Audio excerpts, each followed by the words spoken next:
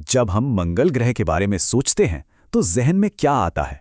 एक लाल सूखा बेजान रेगिस्तान, है ना? लेकिन क्या ये हमेशा से ऐसा था?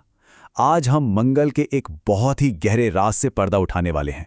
एक ऐसा राज जो हमें बताएगा कि कैसे एक हरा भरा नीला ग्रह एक लाल रेगिस्तान में तब्दील हो गया। तो सवाल बिल्कुल सीधा सा है।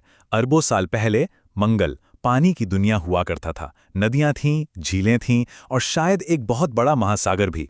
तो फिर वो सारा का सारा पानी आखिर गया कहाँ? चलिए इस गुत्थी को सुलझाने की कोशिश करते हैं। तो अपनी इस पड़ताल को शुरू करने के लिए हमें टाइम मशीन में बैठकर बहुत पीछे जाना होगा। एक ऐसे वक्त में जब मंगल आज जैसा बिल्कुल नहीं था। तब वो एक पानी से भरी जिंदा दिल दुनिया हुआ करता था। जरा सोचिए, आज से करीब 4 अरब साल पहले मंगल हमारी पृथ्वी का जुड़वां भाई जैसा था।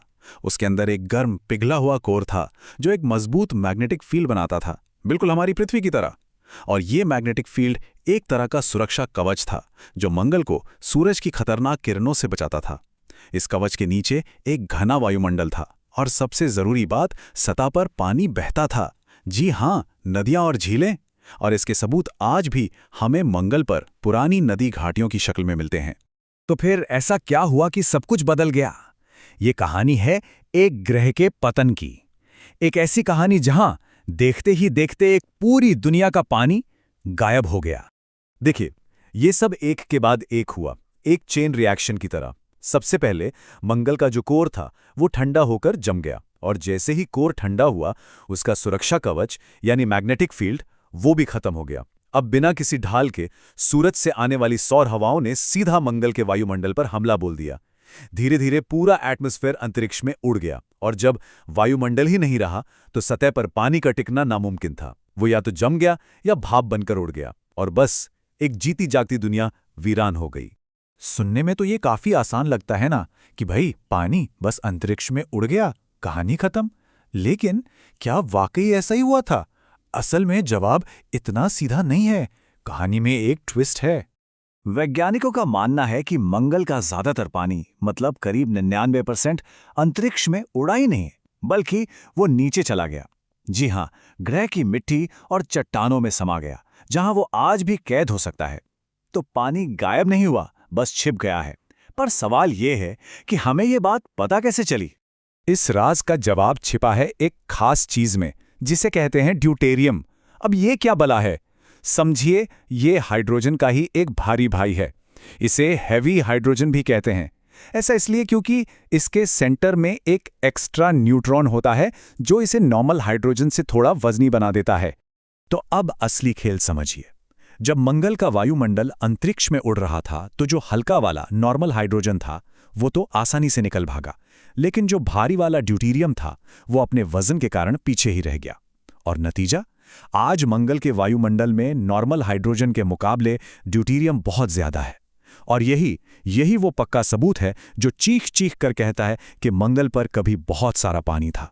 यहां तक तो सब ठीक था, लेकिन अब कहानी एक ऐसा मोड़ लेने वाली है जिसके बारे में किसी ने सोचा भी नहीं होगा। क्या हो अगर ये कहा जाए कि मंगल की तबाही का जिम्मेदार कोई और नहीं बल्कि खुद जिंदगी ही थी?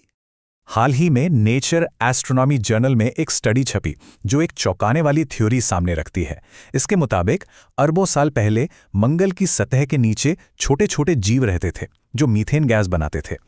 जिंदा रहने के लिए ये वायुमंडल से हाइड्रोजन और कार्बन डाइऑक्साइड खाते थे।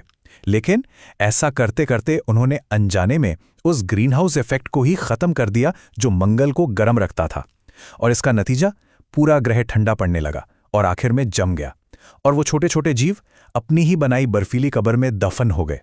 इस स्टडी के जो लीड ऑथर हैं, बोरिस सॉटेरे, उनकी एक बात सच में सोचने पर मजबूर कर देती है।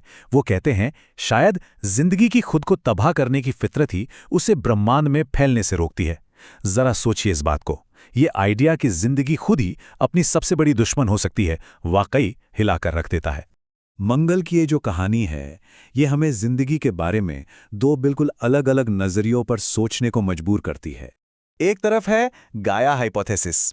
ये कहती है कि जिंदगी किसी ग्रह को स्थिर बनाती है, उसे रहने लायक बनाए रखती है, मतलब जिंदगी एक केयरटेकर है।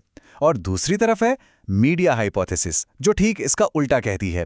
इसके मुताबिक जिंदगी खुद को ही तबाह कर लेती है और अपने ही विनाश का कारण बनती है। और मंगल पर जो हुआ वो मीडिया हाइपोथेसिस का एक डरावना लेकिन सटीक उदाहरण लगता है। और ऐसा नहीं है कि ये सिर्फ मंगल की कहानी है, हमारी अपनी पृथ्वी के इतिहास में भी ऐसा हो चुका है। करीब 2.5 अरब साल पहले एक घटना हुई थी जिसे ग्रेट ऑक्सीडेशन इवेंट कहते हैं।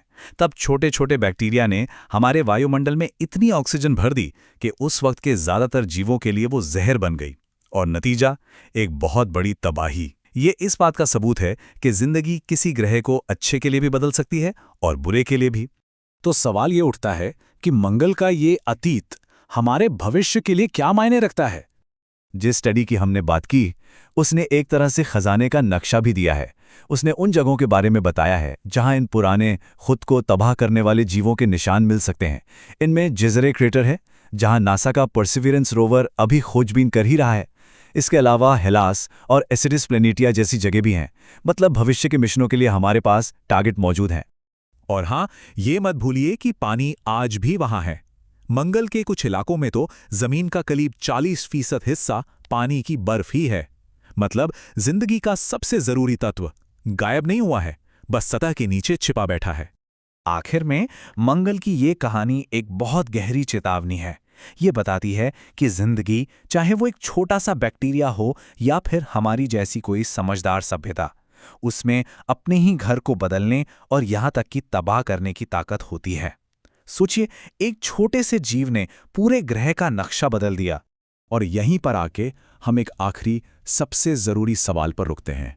अगर मंगल पर जिंदगी ने अनजाने में खुद को खत्म कर लिया, तो ये हमारी अपनी दुनिया और हमारे तौर तरीकों के बारे में क्या कहता है?